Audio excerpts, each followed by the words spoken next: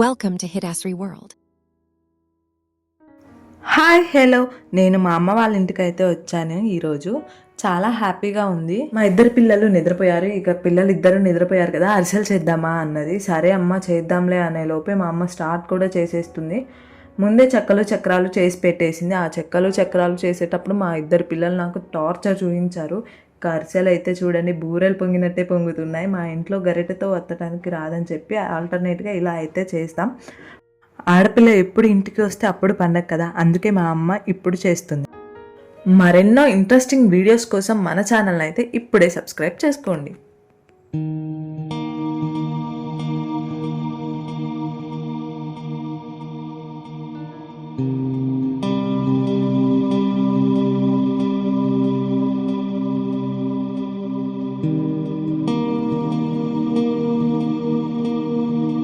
అరిసెలు అయితే కంప్లీట్ చేసేసాం.